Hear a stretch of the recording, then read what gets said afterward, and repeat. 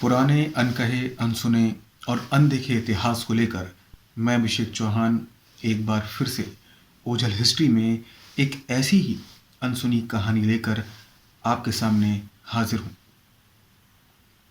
आज जिस कहानी की बात हम आपसे करेंगे और उस कहानी के जिस पात्र की आपसे बात करेंगे, वो पात्र इतिहास के पन्नों में कुछ इस कदर गुम हो चुका है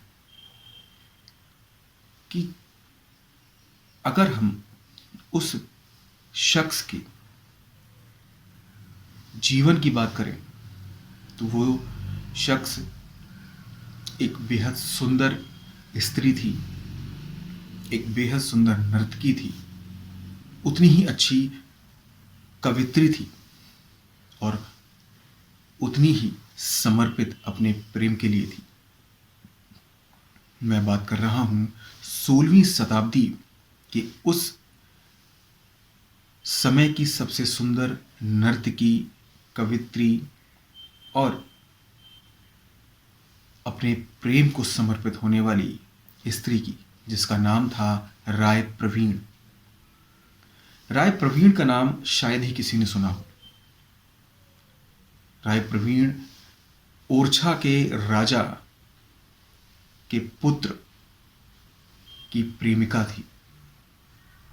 कहते हैं वो एक गरीब परिवार से ताल्लुक रखती थी, लेकिन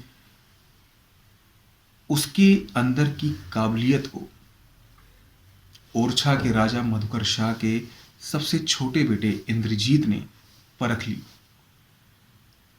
कहते हैं कि इंद्रजीत ने राय प्रवीण को अपने महल में शिक्षा दीक्षा प्रदान करी और उस समय के प्रसिद्ध कवि रहे केशव दास की वो शिष्य बनी। कहते हैं कि राय प्रवीण नृत्य कला और कविताओं में इतनी निपुण थी कि लोग उसका लोहा मानते थे। आज हम उसी की कहानी आपके सामने प्रस्तुत कर रहे हैं।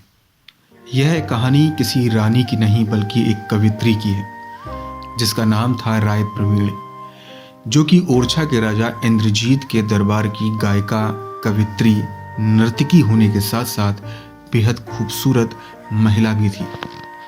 कहा जाता है कि वह इतनी खूबसूरत थी कि राजा इंद्रजीत तो उनकी खूबसूरती पर मोहित थे ही, और अन्य जगहों पर भी उनकी खूबसूरती के किस्से इतने फैल रहे थे कि मुगल बादशाह अकबर भी उनको देखने के लिए उत्सुक हो गया और बादशाह अकबर ने राय प्रवीण को अपने दरबार में बुलाया और उनकी खूबसूरती देखकर अपने हरम में रखने का फैसला किया। लेकिन राय प्रवीण मुगल बादशाह के हरम का हिस्सा नहीं बनना चाहती थी, क्योंकि वह अपने राजा के प्रति पूर्ण समर्पित थी। इसलिए उन्होंने इस स्थिति से बाहर आने के लिए शहंशाह अकबर को अपने मन की बात बताने का एक अनोखा तरीका खोजा। कहते हैं कि राय प्रवीण ने शहंशाह के दरबार में एक कविता कही, जिसकी पंक्तियां कुछ इस प्रकार से हैं। विनीति राय प्रवीण की सुनिए साहस सुजान, झूठी पातर भगत है बारी बियास सुवान। जिसका अर्थ है कि विनती राय प्रवीण की सुनिए हे राजा, झूठी पत्थर में से झूठा खाना तो नीचे तबके के लोग, जानवर और पक्षी खाते हैं। ये दोहा सुनने के बाद शहंशाह अकबर उनकी बुद्धिमत्ता और अपनी बात सामने रखने के तरीके से बेहद खुश हुए और उन्होंने राय प्रवीण को ससम्मान राजा इंद्रजीत के पास वापस भेज दिया। उसके बाद राजा इंद्रजीत ने उनके लिए एक महल का निर्माण करवाया, जिसका नाम राय प्रवीण महल रखा। इस महल में जगह जगह राय प्रवीण की अलग अलग मुद्राओं में आकर्षक पेंटिंग्स बनी हैं और इसके अलावा इस महल के नीचे एक तोपखाना भी है और इसी वजह से ये महल ओरछा आने जाने वाले पर्यटकों के लिए खास रुचि का केंद्र भी है। ओरछा के राजा मधुकर शाह के 3 पुत्र थे, वीर सिंह, राम सिंह और इंद्रजीत। एक बार राजकुमार इंद्रजीत अपनी जागीर में घोड़े से घूम रहे थे। इसी दौरान उनसे एक 10 से 12 साल की लड़की पुनिया को नृत्य कर भजन गाते हुए सुना। राजकुमार ने पुनिया के पिता माधव से बेटी को शिक्षा दिलाने को कहा। माधव ने गरीबी का हवाला देते हुए कहा कि हम इसकी शिक्षा दीक्षा कैसे कर पाएंगे।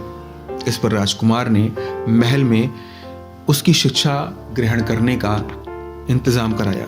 गरीब पुनिया महल में राजशाही व्यवस्था के बीच संगीत नृत्य शिक्षा लेने लगी। राजकुमार ने पुनिया की शिक्षा की जिम्मेदारी राज्य के प्रसिद्ध कवि केशव दास को सौंपी। पुनिया नृत्य गायन में कुछ सालों में ही निपुण हो गई।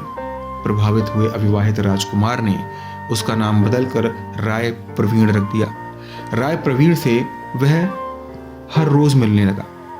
कहते हैं कि राय प्रवीण बेहद सुंदर थी। राजकुमार को उससे प्रेम हो गया। इसके बाद उसने राय प्रवीण के लिए महल बनवाया। उसे तब आनंद मंडल का नाम दिया गया। राय प्रवीण से प्रेम की खबर सुन राजा चिंतित हुए और राजकुमार की शादी कहीं और कर दी। इससे राय प्रवीण चिंतित रहने लगी।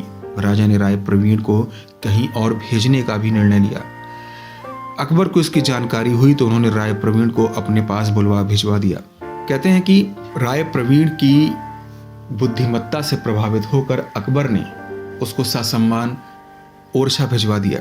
वापस आकर उसने इंद्रजीत से विवाह की इच्छा जताई, लेकिन राजा नहीं चाहते थे कि ऐसा हो। तमाम बंधनों के कारण दोनों की शादी नहीं हो सकी। इससे दुखी हुई राय प्रवीण सती होने का फैसला लिया।